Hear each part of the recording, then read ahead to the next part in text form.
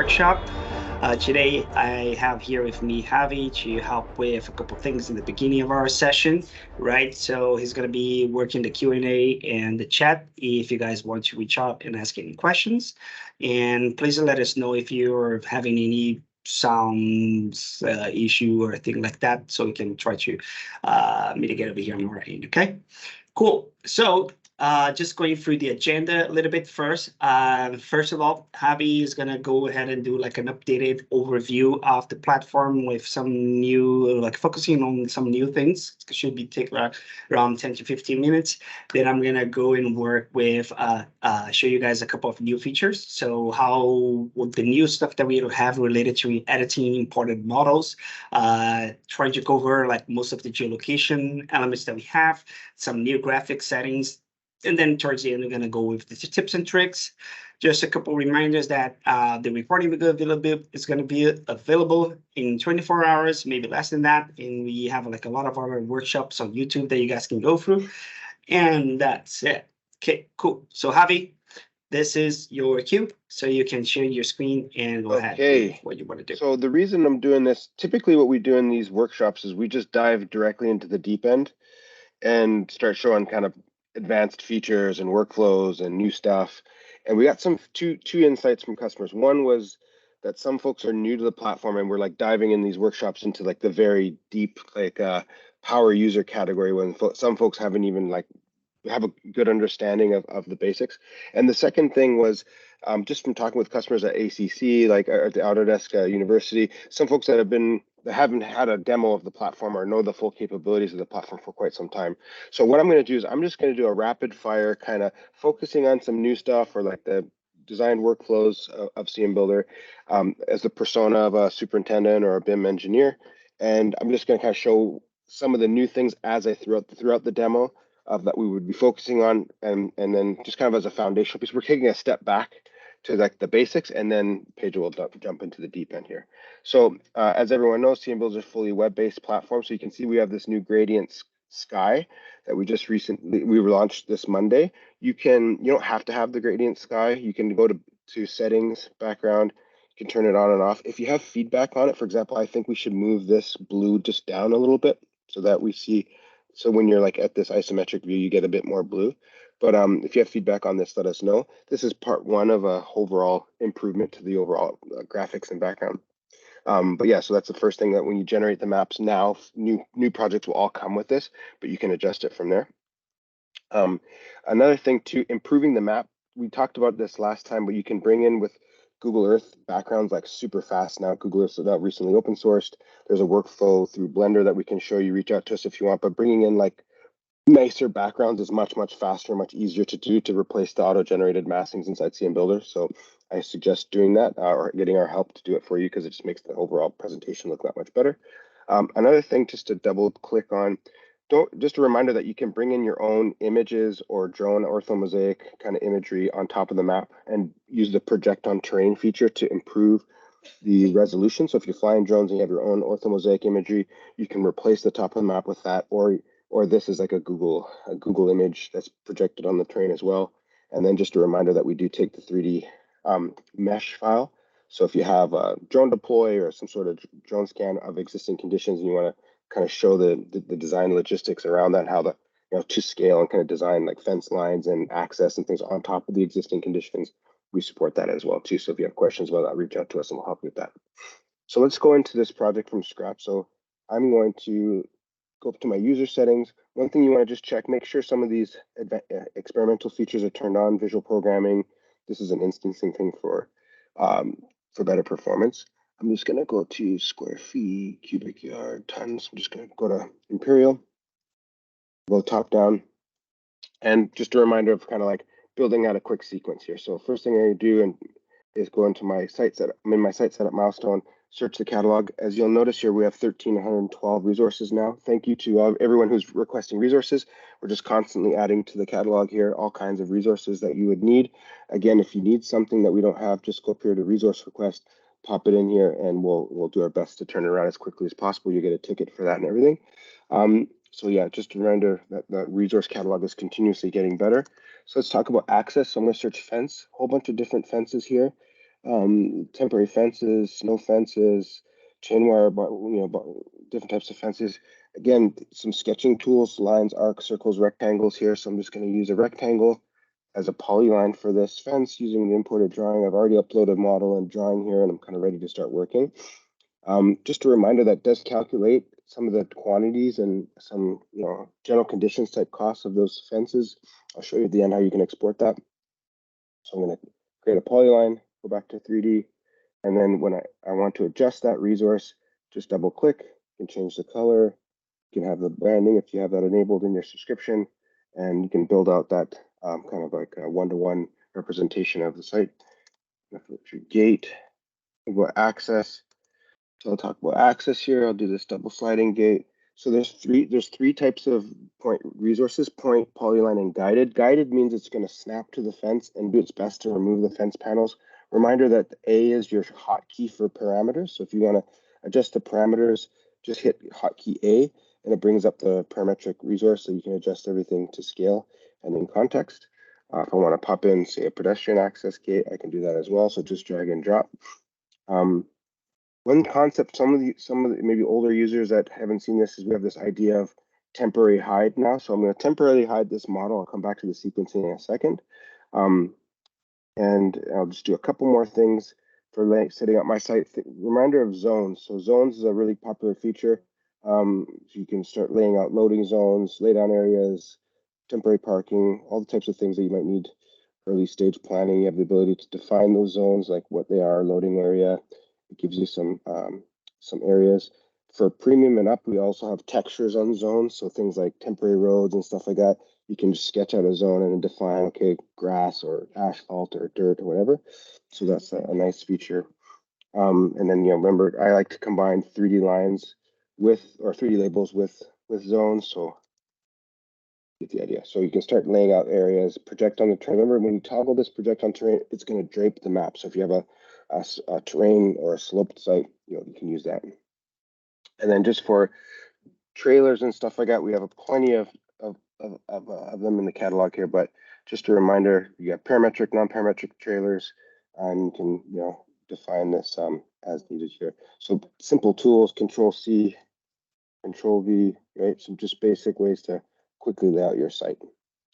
So one thing that I'm surprised sometimes talking with customers that they don't realize is linking the schedule. So if you haven't done this in a while, there's on the support page, and there's a whole bunch of file formats that you can look into. But if you're using XER or like .pp, .mpp, the native file formats, you can bring in your schedule. You don't have to link a schedule, but it's a nice way to do it because I want to talk about the schedule sync and model sync as well.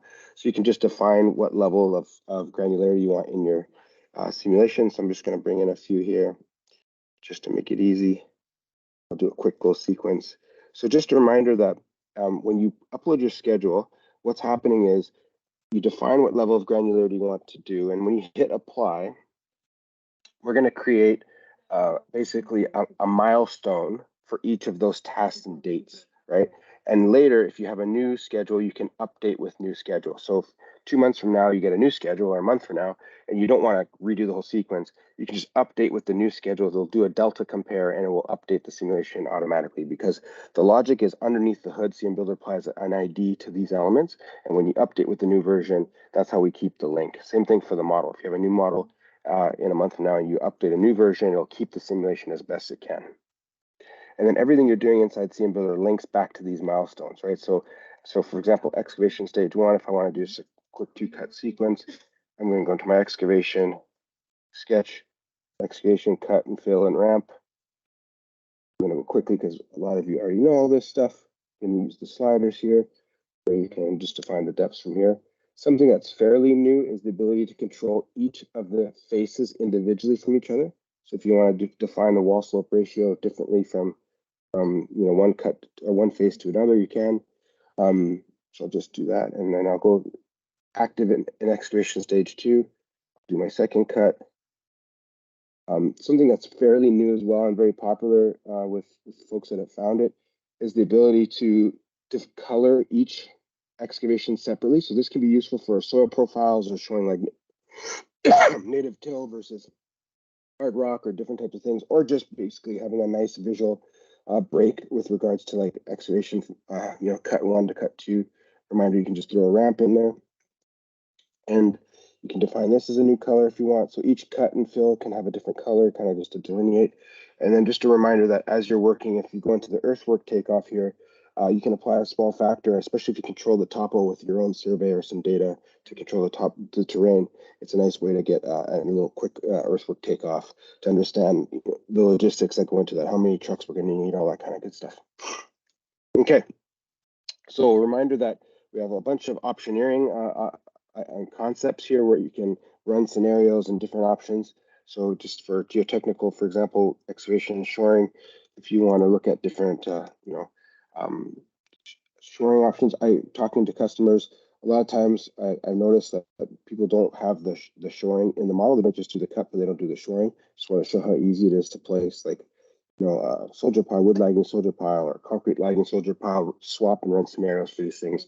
So just a reminder that when you're doing your excavations, feel free to pop it in there. Okay, I'm going to do a couple quick little things, and then I'm going to wrap it and pass it back to Pedro. So 2 ways to sequence, right? So if I get into my sequence now, you can either sequence from the tree of the model. So if the model is well organized, your IFC model or FBX model is well organized, you can literally just go to the parts that are going to show up at this milestone, and you have this new, like, I'm just going to right click and say either for demo end at, or begin from, or from and to, but for miles, typically with foundation, you build it once and it stays, right? So I'm just going to hit begin from this milestone. So I'm active in this milestone. You don't have to do it this way, but I've just gone to foundation and said begin from this milestone, right? So that's linking the schedule and the model element parts. So now cmBuilder creates an ID under there. That's how we manage the model revision concept. And I'll just go here for a second into buildings and imported model. This is how, if you want to do, this is an old version, but if you want to update with new model, you just click on the card from the model, do a model revision. So if you have a new model from the same project, instead of uploading a new model from scratch and like deleting one or removing it, I suggest using the update with new model, because that will be like a little bit more of a seamless workflow for your managing the revision of the model. So now what I'm going to do is I'm just going to quickly, start to build my means and methods around this, right? So I won't do a full blown thing here, but so basically we're trying to connect schedule, model, and temporary resources. So if I want to search concrete, I can just, drop this concrete element on the map, right? Link this back so I can adjust the full parameters. Again, if you need a different type of concrete pump check, just request it from us. And let's say I want to put a few trucks on here, concrete trucks. Grab this, drop it on the map. A little tip here, when I'm hitting rotate, if you hold shift and rotate, it'll just stay on the plane. So just kind of a nice, easy way to move things around. And then I can just control C, control V, right? So I won't fill out the full simulation here, like of like traffic management and all that kind of stuff. But what I'm going to do is I'm just going to lasso select all these parts I just added, right? And how do I link the temporary resources back to the timeline? So I'm going to hit edit. And for this configuration, foundation, it doesn't go all the way to the end. It's just foundation to foundation, right? So if I link it like this, I want these to show up in foundation and leave in foundation. I go forward, they're gone. Go back, they're there, and so on and forth. So now I've linked the temporary works back to that master schedule. So showing not just the model and the sequence. I'm getting the Oscar music from Pedro to wrap this up. So last thing I'm going to do is just quickly finish sequencing the model. So again, if the tree is well organized, all you literally have to do is go to the milestone that you want, say, begin from this milestone, go to the residential tower, begin from this milestone. If you have a new version of the model, what I suggest doing is using this color sequencing view. So that's part of our ACC integration as well that we just recently launched. If you have a new version that get updated, it will notify you that there's a new version of the model. And when you update, you can just quickly use this sequence. Anything that's not been tied to a milestone will show up red. For example, all these surrounding buildings are red because they're not tied to the 4D. It's just the actual project. So keep that in mind. So yeah, so when you're looking at that, make sure you take this. And then the last thing I'll do is I'll just do a crane. People like the crane swap, which I haven't. Let's just go JSO. Let's say I want to look at a luffing crane, drop it in here. If you're not using the swap feature, I highly suggest it. Again, A for my hotkey. If I like the location, but I don't like the crane, reminder, just swap to a different resource. You can hit this and say, okay, let's look at this J560 flat top crane. bring it in here, bring this up, and there you go. So you can just adjust the parameters of that crane from here. You can always check the load tables back by previewing here. So the load tables are linked to all these resources. Reminder that if you aren't aware, you can turn on the resource coverage envelope that will visualize the swing of the crane. So you can kind of capture these camera angles, these types of things. And then you can also add markups and callouts and stuff like that for this element too. You can animate these resources. So if I come back to kind of at the end, so once you're done, what I'll do is, this is a new simulation that we've created with a nice like a Google Earth background. As you can see, we're using textures here for the dirt and the road. So this is all done with the resources inside cmBuilder.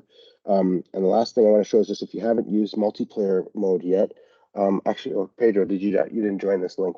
Okay, I was going to show multiplayer, but if you're in the same scenario for synchronous collaboration, you can follow each other's camera and do a bunch of different things here.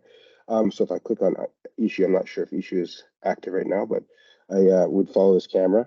And we also have this commenting concept as well, right? So if you want to start tagging anyone inside your company, you can just @tag Pedro.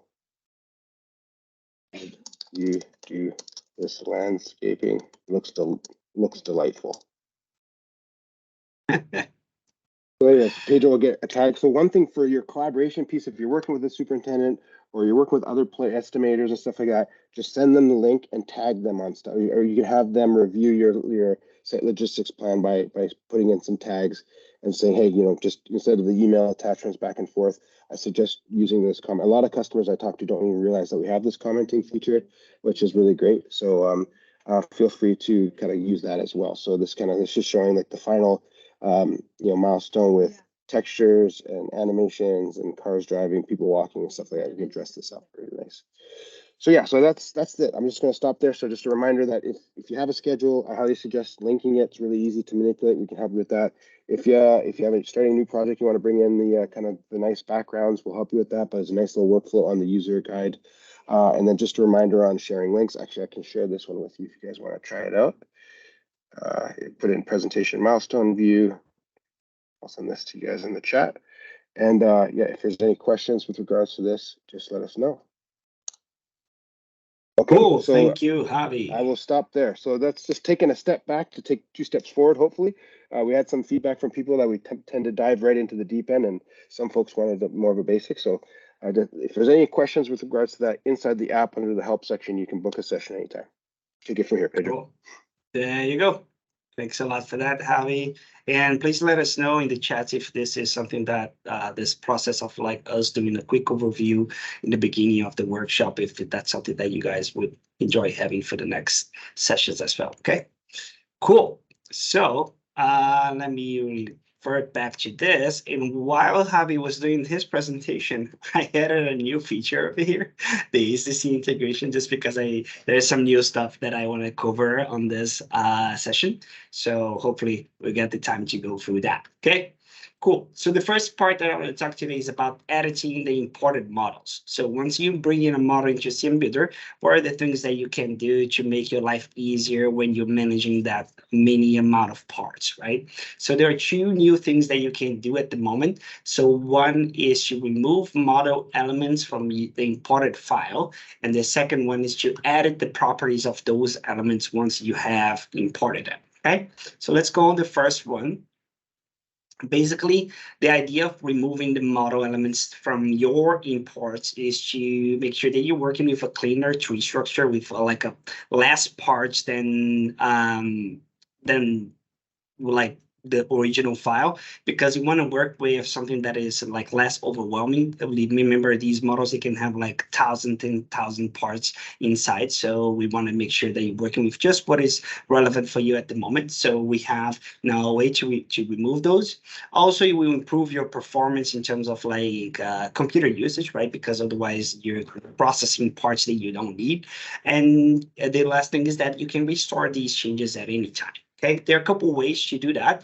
So the first one is when you're importing an IFC file right off the bat. So this is something that a lot of times we see people like kind of like hitting okay without knowing exactly what that tool is. So if I import a new IFC model in here, let's get an IFC model and bring it to this. Every time, if you haven't changed that on your settings, every time that you import these an IFC file in here, you're gonna see this this window. So this window helps you define, for example, that you don't want to bring in furniture into cmBuilder. So you turn this off. So you don't want to bring in all the flow storage devices that are in there. And keep in mind that this is a list of all the IFC classes, and we are adding more and more classes as we go over here. So you can use these to stop the conversion of that models of that IFC class specifically.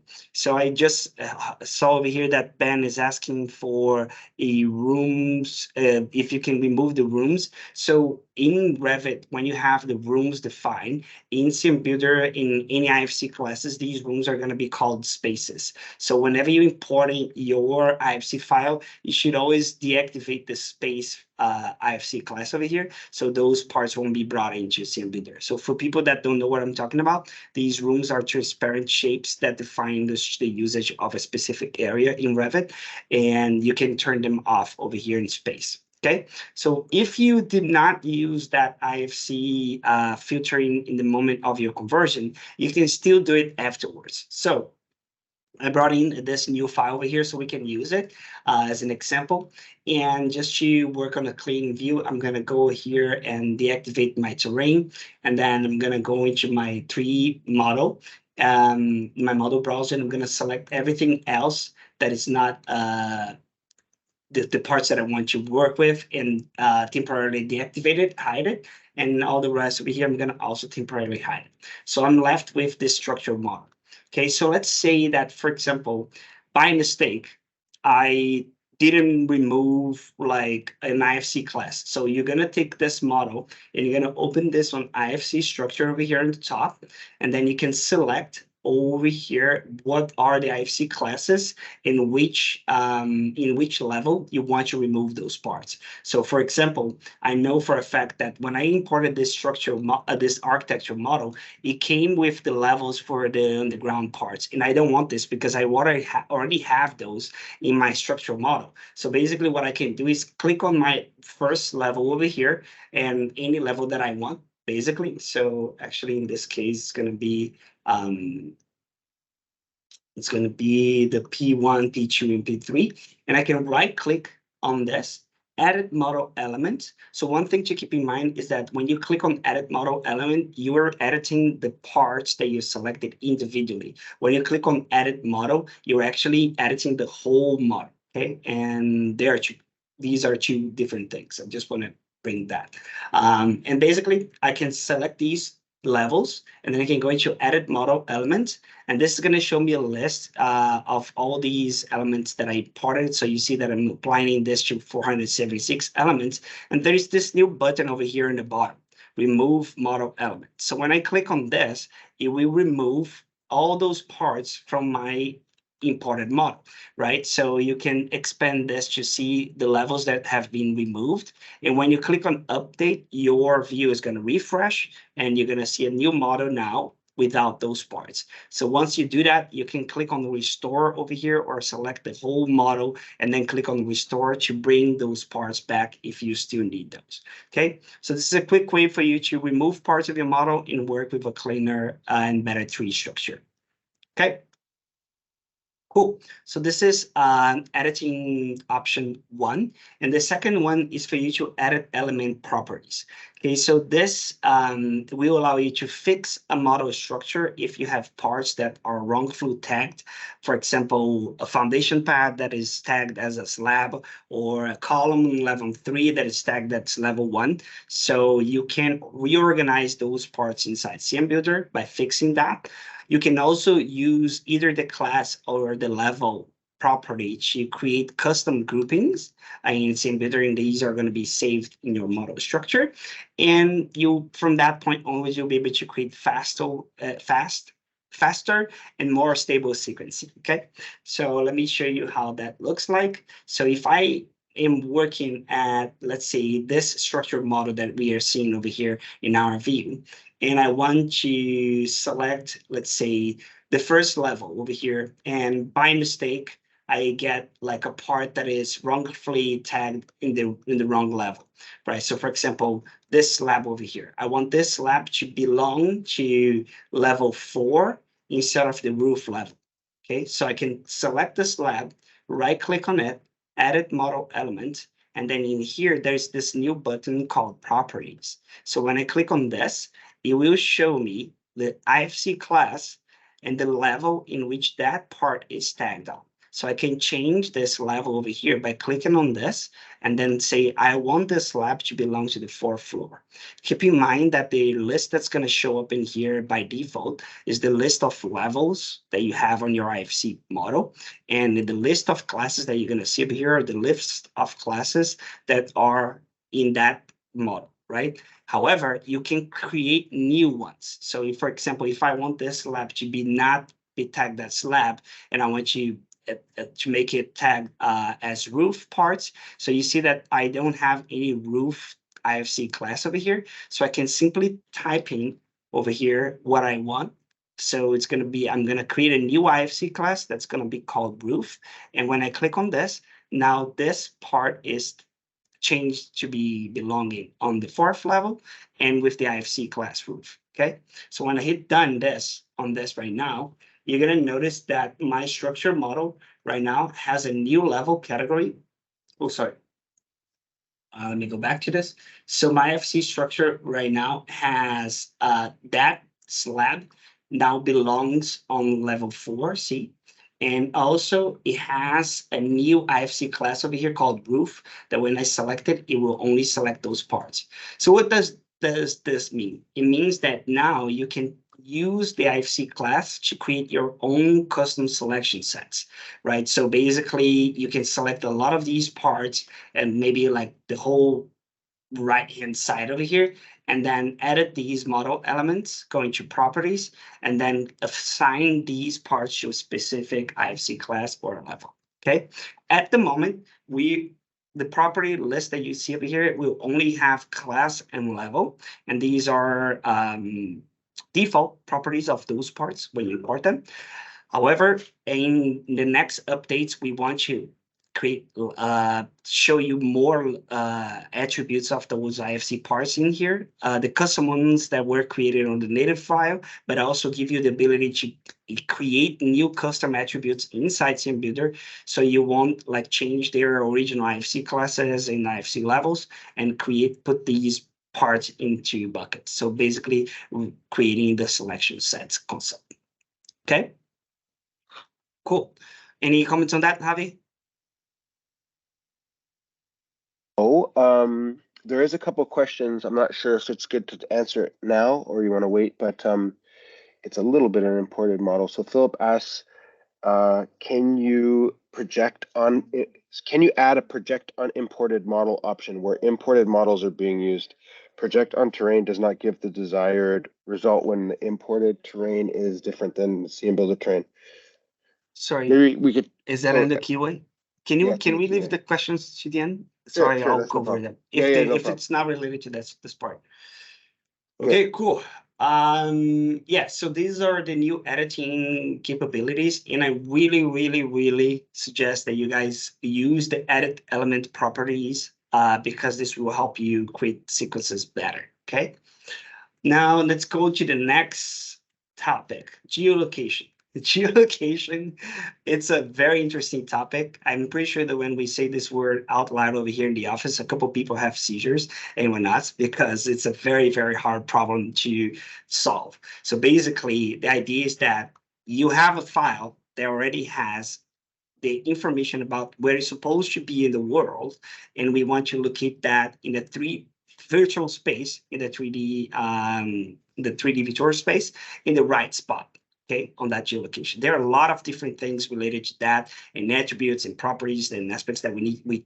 It goes on a case-by-case idea, but using the Revit example over here, basically you have a file that has a point on that file that you know the coordinates for that point in a georeferencing system, right? So those coordinates are usually described as northing and easting, or latitudes and longitudes.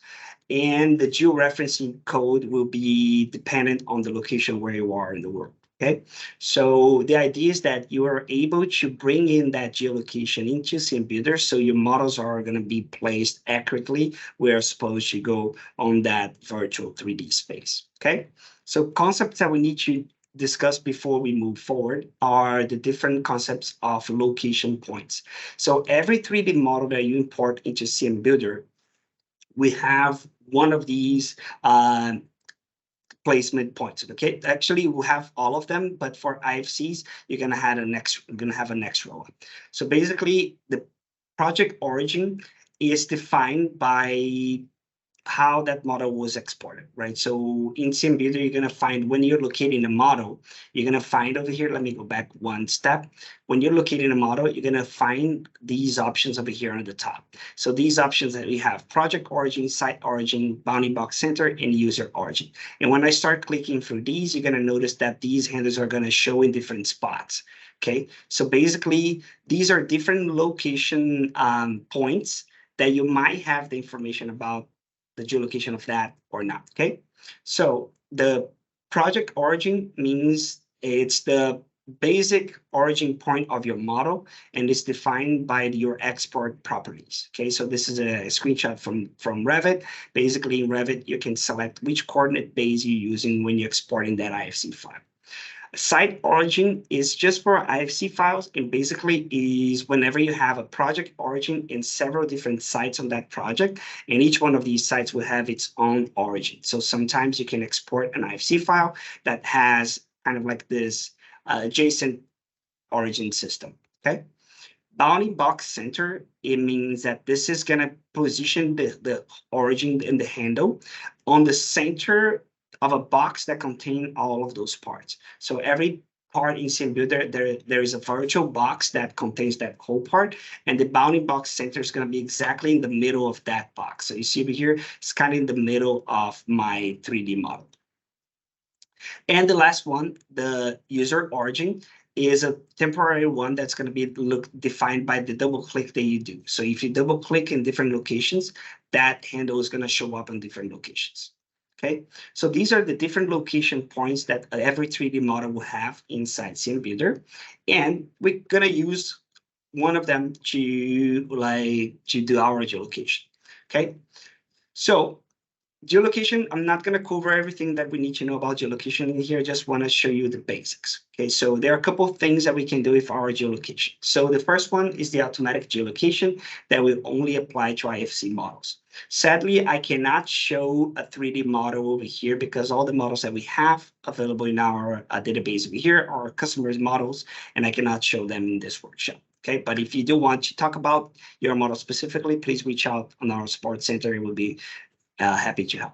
Okay, so basically the IFC geolocation can be automatic, and this happens whenever you have your lat long for your model defined on the WGS 84. This is something that's working at the moment, and we plan to have that automatic geolocation for all the georeferencing systems. But at the moment, it applies only for models that are like located on this system, and if the bounding box center is inside of your map tile. So a situation where the bounding box center is not going to be inside of your map tile is that if you have a 3D model that has a building over here and a building over here, and maybe your bounding box will fall in this part of here. So it's not going to show up in the center of your map tile. So that automatic geolocation won't work if that's the case, okay? The second geolocation method is the embedded one. So basically every model will have, like I said before, an origin point that you might know the coordinates for that origin point. So it can be applied to IFC, FBX, and step files that are imported into cmBuilder. And basically what you need to do is that you need to know which coordinated system you're using and what is the location of one of those points that I mentioned before, the location points. What is the location of that in that georeferencing system? So if I'm bringing this model into cmBuilder, and for example, I use the project origin over here. So you see how my project origin is super far away from this.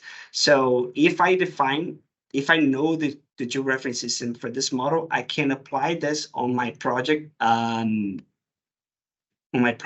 properties by clicking over here on project settings, and then adding a new georeferencing system for this project inside cmBuilder. I know it sounds complicated for a lot of people right now, but it's just because your location is a complex subject. Okay, and again, I'm showing just like a couple of overall ideas, and if you guys need help, please reach out. So basically, I can add any georeferencing system over here in the Word. So let's say which one is this one over here that I was using as an example. So MGA 55. So if I type over here MGA, I'm going to see a lot of different MGA files, and then I can select MGA 50 file in 55 and use this as my georeference, a new georeferencing system for this model. Cool. So I'm going to delete this guy right now because it's in Australia and it's not where we're looking at this building. And if you know any of the coordinates of those location points in that georeferencing system, you can apply that in cmBuilder and your model is going to show up in the exact same spot where it's supposed to be. There's one complexity about this is that the Earth curvature affects the geolocation system. So right now, we don't have like the tool to fix that right away, but it's coming in 2 weeks. So in 2 weeks, you're going to see a little button over there that will calculate that delta of the Earth curvature, depending on how far your model is from the origin point. Okay. Cool. So this is step number 2. And the third step is for you to do manual locations. I put it over here that it applies only to GLB, but it applies to any model, but the GLB is the only model import that you have that doesn't have the geolocation system embedded into it. So basically what you do is you import a GLB file that has an origin, and you know what are the coordinates of that origin, just like the other ones. But the difference in here is that your geolocation is going to be a local geolocation that you're going to apply a difference between the origin of your model and the map origin. So the model will be located properly. So you're kind of like manually applying the geolocation corresponding to the map origin. Okay.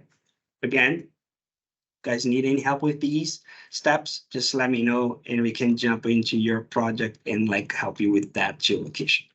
Cool.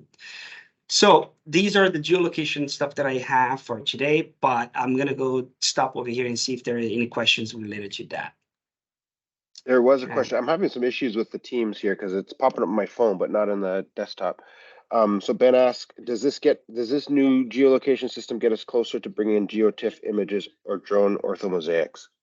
That's the plan. So everything in product development, we start with like one aspect of it and then we expand. So we started with the imported models first, and then we want to make that to apply that geolocation georeferencing idea to any other objects in cmBuilder, including the images that you have. Cool. Okay, and I think just from, if you're getting into a new project that has a local coordinate system that's being referenced from the BIM team or the BIM models, the federated models, you can just you can either follow the instructions we have on the user guide, or you can feel free to reach out to us and help you set it up the first time. That's so important. Just to reiterate. We do have a geolocation page over here in our user guide, so you can go through these steps to check and apply these information to your model. Cool. And there was one other question from the previous thing. I think is yes, but can you bulk edit the floor or class? I may have missed that. Yes. The previous one, not before the geolocation. I missed that question. Sorry. Can you bulk edit the floor or class? Yes, you can. So like if I select like a bunch of these parts over here and I right click and do edit model elements, I can click on props and then I'm gonna bulk edit for all of them. I can put them inside one bucket. Cool. Perfect. Yep, that's it for the question so far. Awesome. So going to the next topic of our session over here is the graphic settings. I have already kind of like touched base on this already, but we do have now a new settings for the background, right? So as you can see over here, we have this gradient background, and it's something that you can apply by clicking on this background and backdrop ID over here. And by default, your cmBuilder is going to look like this when you open your model right away. And then you can click on settings, go into background and backdrop, and then you can choose these blue colors over here. You can also create your custom color if you want cmBuilder to look like the apocalypse is raining down everyone over here, and you can do that. But if you wanted something that's a little bit soothing, you can't go in with your gradient sky.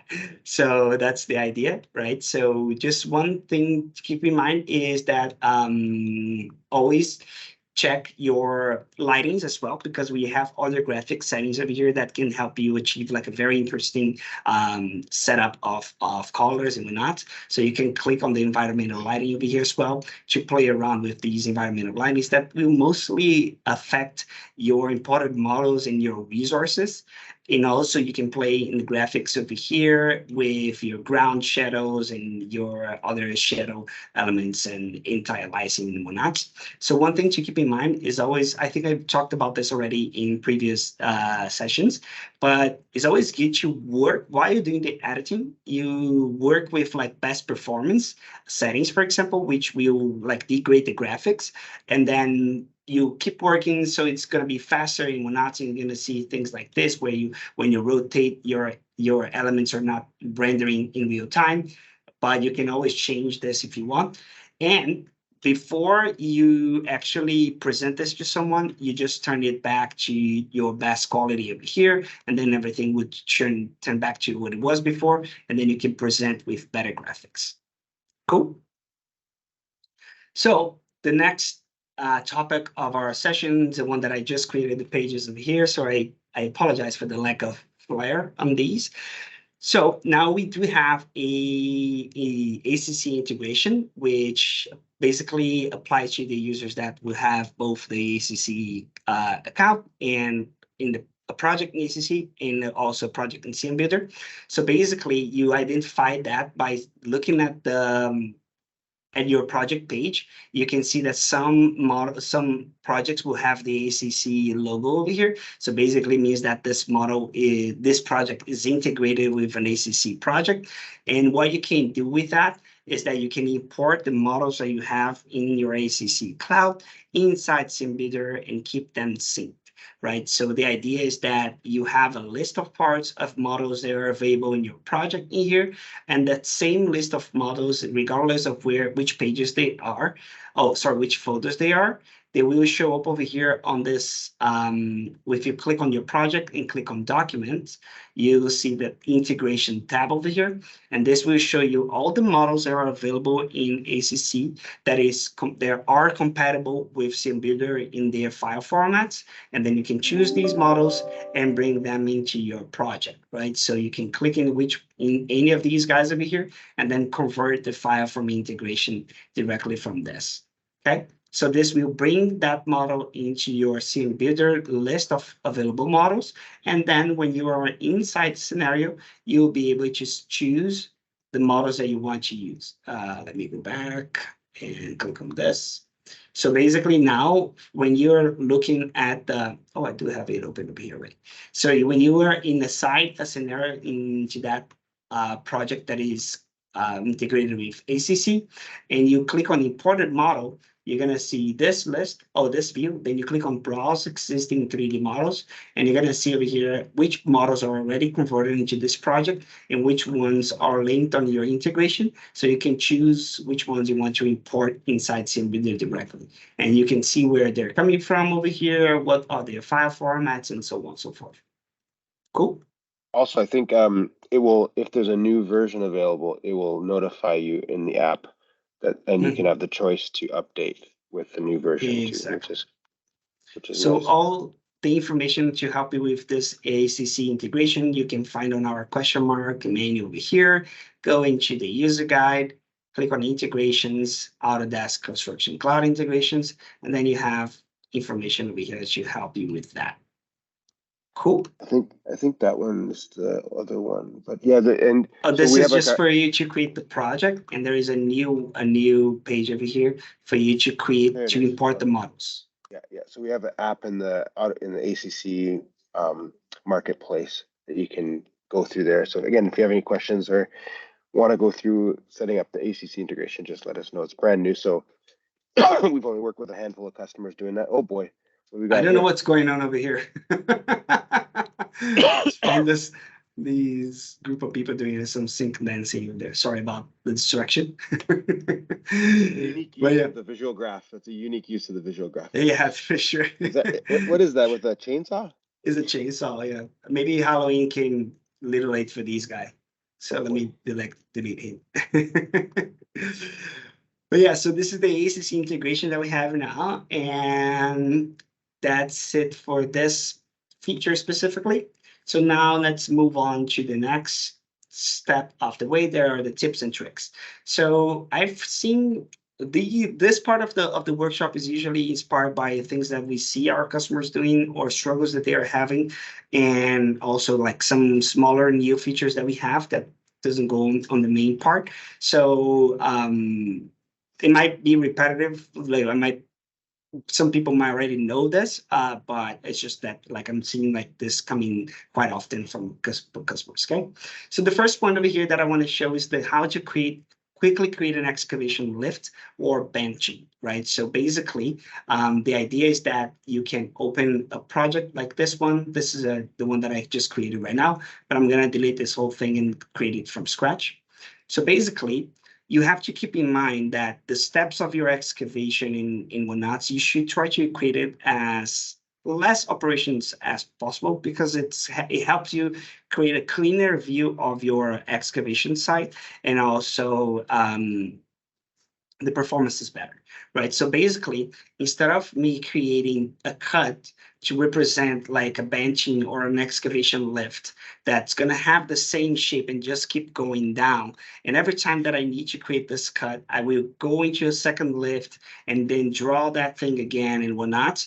Instead of doing that, we can reuse that information to create the cuts. Okay, so basically what I'm going to do over here, I'm going to do a theoretical or like fake excavation shape, right? So basically something that looks like this, and then we're going to do and hit a line over here. So this is going to be my first lift. I created on lift number 2 by mistake. So basically going to confirm that and bring this cut to lift 2, right? So this lift, I will create what is called the benching, right? So you're gonna do like several lifts, and every lift you're gonna come like we're gonna do an offset from the original one, and it's gonna be lower with a slope. So basically, I created my first cut, and then from this one, I'm gonna go ahead and do a slope wall, and usually sloping the walls inwards is a little bit better, and you will understand why in a second. And this is the first lift that I'm going to do for this excavation bench. So now I'm going to go to the next step, and I'm going to duplicate the cut number 1. So I'm going to click duplicate cut number 1, and the reason why, and I'm going to drag this duplicate to the step number 2 over here. So I have a cut number 1 happening on lift number 1 stage, and on lift number 2, I have a second cut going on over here. So the reason why we want to duplicate that is because I want to reuse the same shape. So now I'm going to edit the details, and I'm going to click on edit sketch. And then from here onwards, I want to click on offset, and I can type in a value over here, but I'm just going to do it freehand over here. And I'm going to click on the line and then bring this inwards to create the shape from where my excavation is going to start. Okay. And I'll confirm. However, you see that it did not make any changes. And the reason why is because the sketch elevation for my excavation is at the same spot as it was on the first cut. So it won't remove anything. There's no dirt anymore in this area to be removed. So basically what we want to do is to click on this button and say, I want that depth to be calculated from a specific point that I'm going to choose on my map. So I'm going to click on this button and say, I want that excavation to start from this area over here. So when I do that, now I have this same 5 meters depth that I had before, but now being calculated from this elevation. So now I'm going to go into my next lift, and I'm going to do the copy from the second one and repeat that operation basically. So now I'm going to bring this lift over here, and I'm going to do the exact same thing that I did, right? So I'm going to add my sketch, click on offset, bring this guy inwards a little bit, and it's going to look like that. And then when I hit confirm, I'm going to click on this guy to change the elevation for my cut and put that on the lowest point. So now I have 3 different steps of excavation that was created like quite quickly over here just by duplicating that and changing the elevation and the offset to reduce the shape of it. Okay. And sometimes you want to put a ramp on this elevation that's coming from the top part of it and going all the way down. And you want to keep that ramp on the same location, right? So to do that, what I usually do is I create a ramp on the last milestone, right? And I do a cut that's going to be used just to anchor my ramp. So I'm going to do a cut over here just to create a face where I can anchor my ramp. So I'm going to do it this cut, and I'm going to edit the sketch and make this line, this snap to this face. Confirm. Going to remove my sloping, and I'm going to make my bottom elevation be the same bottom elevation as the previous one. So I have like this huge cut created over here. Okay. It doesn't matter that it's not cutting all the way, because the only thing that I need right now is just this face over here, a face with the right height. And then from this point onwards on my ramp milestone, I'm going to click to add a ramp over here. And I'm going to click to add a ramp on that location. So this ramp is being calculated with the total height and is being anchored on the first cut, right? So when I hit done now, I don't need this cut anymore. So I can go back to my previous milestone and remove this cut, and this will not affect my ramp. So now I have this ramp going over here all the way from the top to the bottom. And if you want this ramp to be there since the beginning, you can duplicate that ramp and place them into the individual milestones. Cool. So that's the idea of how to create like a benching or like a mining thing using these excavation steps. Okay.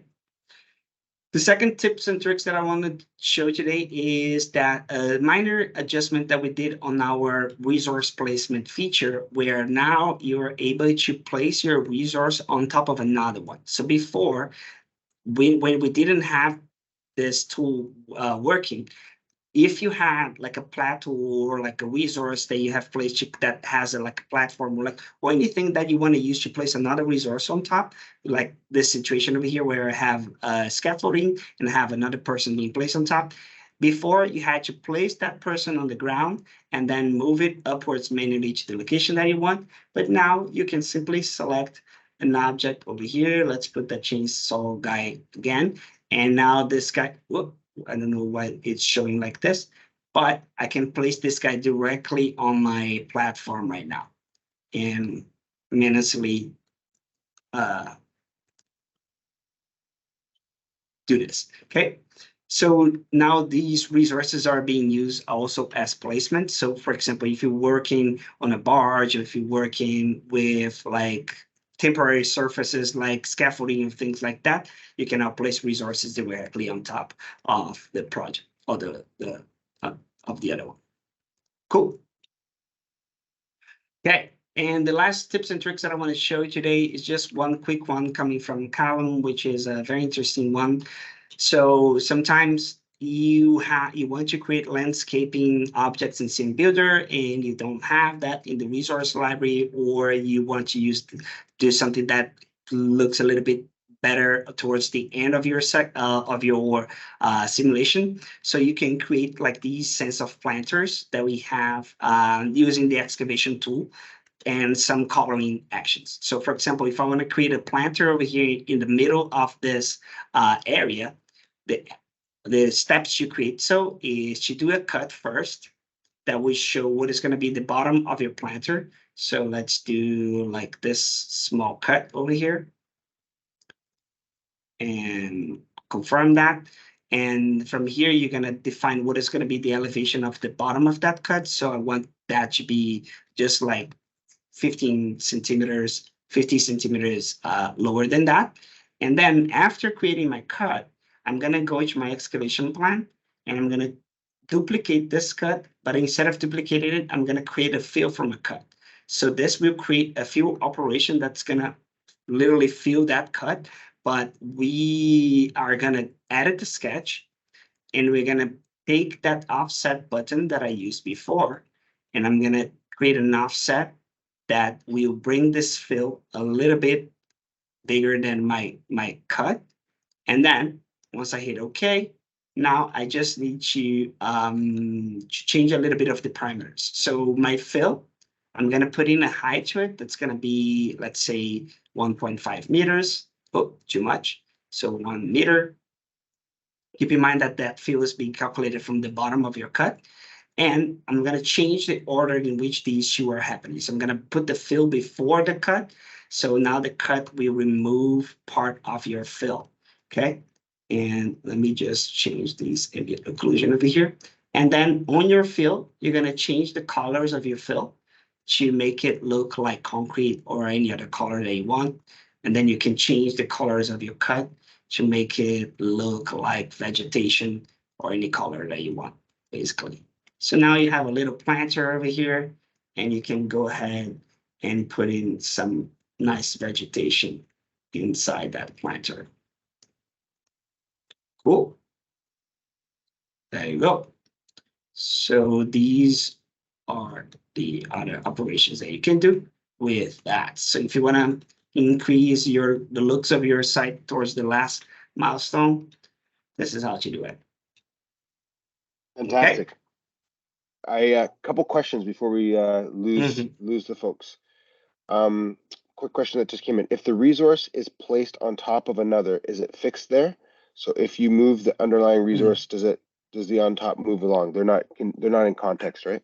Yeah. So when whatever action you do with resources, it's a one-time only thing. So reusing this surface to place this object is a one-time only thing. So you click on it, and now that resource is completely individualized from the context of the other objects around it. So it has a global position on that area, but it won't move along if I move just this guy.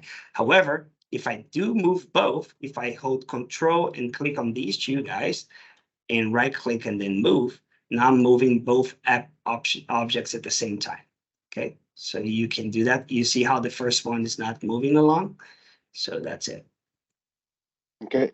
Another question here, 2 questions. Can you show quickly how you can find all the shortcuts using in the help section?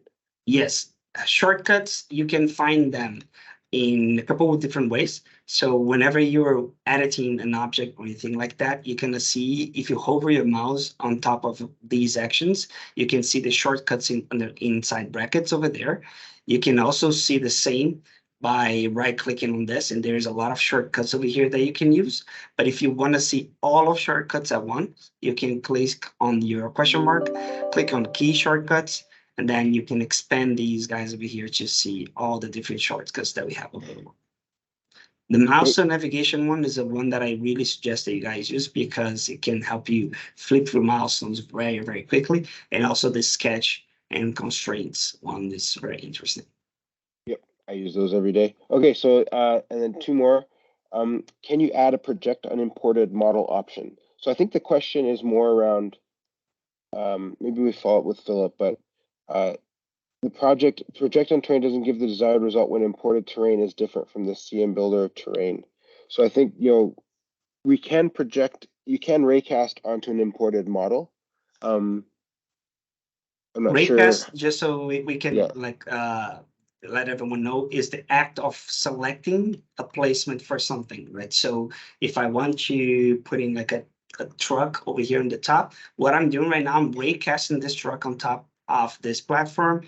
I'm raycasting the truck on the street, and I'm raycasting the truck on the top of a building, right? Yeah, so if you wanted to project something on top of that terrain, on top of that model that it would be something like this. But maybe I'll follow up with you to learn a bit more about your desired Yeah, output from. so projections in general can only be done on the terrain. So for example, if I draw a line over here that goes for a lot of different buildings, this line has the projector terrain turned on, and it will not project on top of a building. It will only be placed on the terrain, as you can see over here. Okay, if I want this line to be placed on top of a building, I can deactivate this guy, and then I will move this line to go upwards. But as you can see, it will move for everything. So you can use lines to show elements in buildings like this, but my suggestion is for you to do that by going into your 2D view, draw what you want on top of your building, confirm that, and then you deactivate this projection, and then you're gonna bring in that line above the map, okay? Or you can take, when you're drawing your sketch, you can click on this button over here, select offset from viewer, and then select the top of the building to place your sketch directly on top of that building. So now your line is visible over there. Okay, next question. Is there an intention to be able to use an imported mesh as a new terrain? That way you can project onto a mesh. This already Yes. works as of today, right? Maybe you can just show how to do that. Exactly. It was already working today, and probably won't have time to go through all the steps and whatnot. So I really suggest that you take a look at the custom terrain tool over here in our user guide. So basically the idea is that you're gonna bring in a mesh. You're going to import a mesh into cmBuilder, any mesh that's in the GLB format. You place that mesh on the right elevation in right position. And then when you're done with that, you're going to go into project setup, click on custom terrain. And then in here, you're going to select the create a terrain from a mesh. So you will select this mesh now, and then the terrain we will adjust to that mesh. We will extrude to fill up the space in between the mesh, or remove to fill the mesh. And yeah, so Philip did clarify that he was talking more like zones, putting zones, like drawing a zone on a topographic imported model or something like that, right? So I think I understand what you're saying, yeah. If it's a topography, you have to convert your terrain to fit that topography, okay? The projections only work on terrains, so you can change the terrain using the custom terrain tool. However, if you do want to project on top of buildings like this one with a zone as well, it's literally the same thing as the 3D line. Basically, you're going to edit your sketch. You're going to click on this and say that your sketch wants to be placed on top of the building, and then you're going to deactivate this project on terrain, and your zone is going to be placed on that area. I know we're a little bit over time. Last one, the Blender workflow. So we ran into this as well, and I think you found a hack last night, if I know. So the question is, how do you adjust the texture? It's not yet like flushed out to show everyone. But yeah, so basically the question is, do you have to adjust the texture, like dimming the textures inside cmBuilder, or have to do it prior to import if you want to adjust like the brightness of the texture? Yeah, so you have to do that beforehand. We wrote a Python script to do that directly into Blender, but we haven't tested that fully. So we probably will put that on the user guide library quite soon. Okay, cool. Great. Any other questions before we let everyone jump here? Anything at all we can help with? We'll just wait for another minute or so, and then yeah, just on behalf of the whole team here at cmBuilder, thank you so much for joining and for the questions. Oh, there is a question from Josh. What is the status releasing the custom terrain feature with 2 unique surfaces for earthwork volume calculations? That's a great question, Josh. We are not actively working on this, but we have that on the backlog, and we plan to do that early next year. Cool. To have like 2 surfaces. Oh, okay. So you import a model, a GLB surface that represents the initial state, and the GLB surface that represents your desired state. So you can do a calculation in between those 2. That's what he wants. Cool. Okay, I think that's it. Okay, great. If we can help with anything, you know how to get a hold of us. Just go up to the help section at the top and book a session or hit the chat. We already had a few people, I think, inspired from today hitting the chat, which is great. And please don't be shy to reach out to us. We're quite happy to help you, and we appreciate you taking the time today.